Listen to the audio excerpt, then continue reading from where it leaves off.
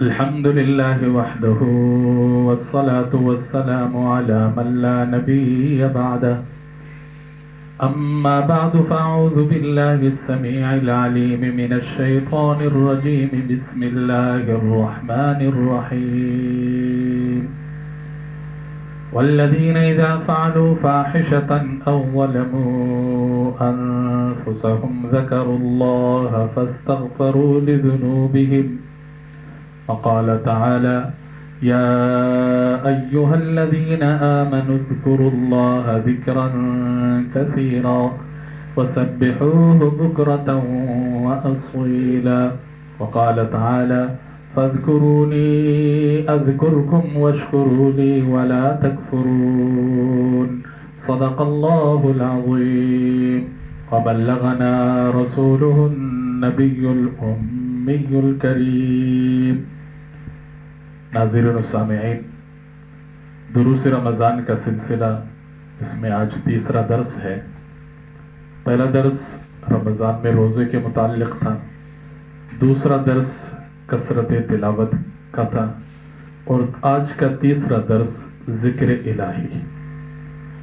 جہاں تک ذکر، اس کا معنی ہے یاد کرنا.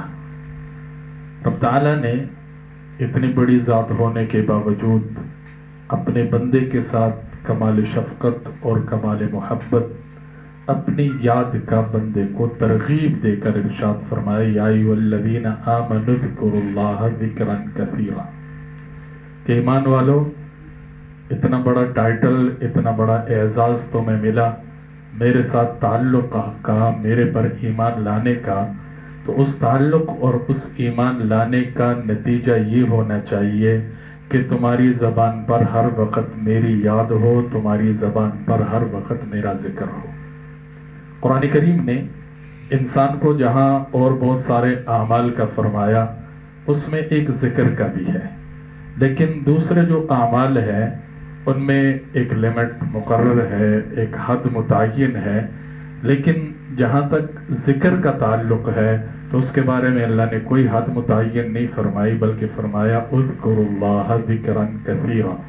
جتنا تم سے ہو سکتا ہے، جتنا زیادہ سے زیادہ اللہ کا ذکر کر سکتے ہو، اتنے ہی کثرت کے ساتھ اللہ کا ذکر کر لیا کرو. اس ذکر کا فائدہ کیا ہوگا؟ دو فائدے آج میں آپ کے سامنے رکھوں گا.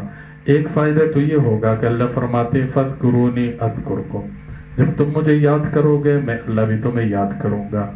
اب اپنی یاد کے لیے اگر ہم اللہ کو یاد کریں گے تو حدیث میں آپ صلی اللہ علیہ وسلم نے ارشاد فرمایا کہ میرا بندہ، اللہ فرماتے ہیں میرا بندہ جب مجھے یاد کرتا ہے، اگر وہ مجھے تنہائی میں یاد کرتا ہے میں اس کو تنہائی میں یاد کرتا ہوں، اگر وہ مجھے بھری محفل میں یاد کرتا ہے تو میں اس کے محفل سے بڑھ کر محفل، فرشتوں کے محفل میں اس کا تذکرہ کرتا ہوں. جہاں تک دوسرا فائدہ ہے ذکر کا، تو ہم میں سے کون ہے جس سے غلطیاں نہیں ہوتی؟ ہم میں سے کون ہے جس سے کوتاہیاں نہیں ہوتی؟ ہم میں سے کون ایسا ہے جس سے گناہ نہیں ہوتے؟ تو اللہ فرماتے ہیں یا والذین اذا فعلوا فاحشۃ او ظلموا انفسهم، کہ وہ لوگ جن سے کوئی گناہ ہو جائے یا اپنے اوپر وہ ظلم کر بیٹھے یا کوئی ان سے بے حیائی کا کام ہو جائے، ان کاموں کے بعد جب وہ ذکروا اللہ، جب وہ اللہ کو یاد کرتے ہیں، یعنی اللہ کا ذکر کرتے ہیں، اللہ کو یاد کرتے ہیں اور دوسرا کام کرتے ہیں فاستغفروا لذنوبہم، اپنے رب سے اپنے لیے معافی مانگتے ہیں، تو جہاں گناہ ہوا، جہاں غلطی ہو گئی، وہیں پر ساتھ اللہ نے فرمایا کہ میرے بندے کچھ ایسے ہیں جن سے غلطی کوتاہی ہو جاتی ہے، تو غلطی کوتاہی کے بعد میں اللہ کا ذکر کرتے ہیں، مجھ سے معافی مانگتے ہیں. وَمَن يَغْفِرُ الذُّنُوبَ إِلَّا اللَّهُ، تو پھر ان کے ذکر کی برکت سے، ان کے توبے اور گناہ کی معافی کی برکت سے اللہ ان کے ان گناہ کو معاف فرما دیتے ہیں. جہاں تک ذکر ہے، یہ بھی گناہوں کے معافی کا ذریعہ ہے.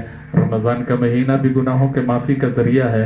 حضور نبی کریم صلی اللہ علیہ وسلم نے جہاں صحابہ کو رمضان کے مہینہ آنے سے پہلے خطبہ ارشاد فرمایا، اس میں آپ صلی اللہ علیہ وسلم نے واضح لفظوں میں فرمایا کہ دو کاموں کی کثرت کر لیا کرو. ان میں سے نمبر ایک ہے کلمہ طیبہ کا ورد ہے، لا الہ الا اللہ، کثرت سے پڑھنا.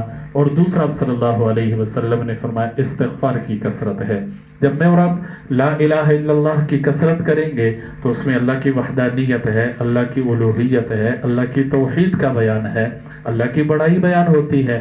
اور ساتھ ساتھ جب میں اور آپ استغفار کی کثرت کریں گے تو اس میں اپنی عاجزی ہے، اپنی انکساری ہے، اپنے آپ کو اپنے اللہ کے سامنے پیش کرنا ہے، اپنے گناہگار ہونے کا اقرار کرنا ہے۔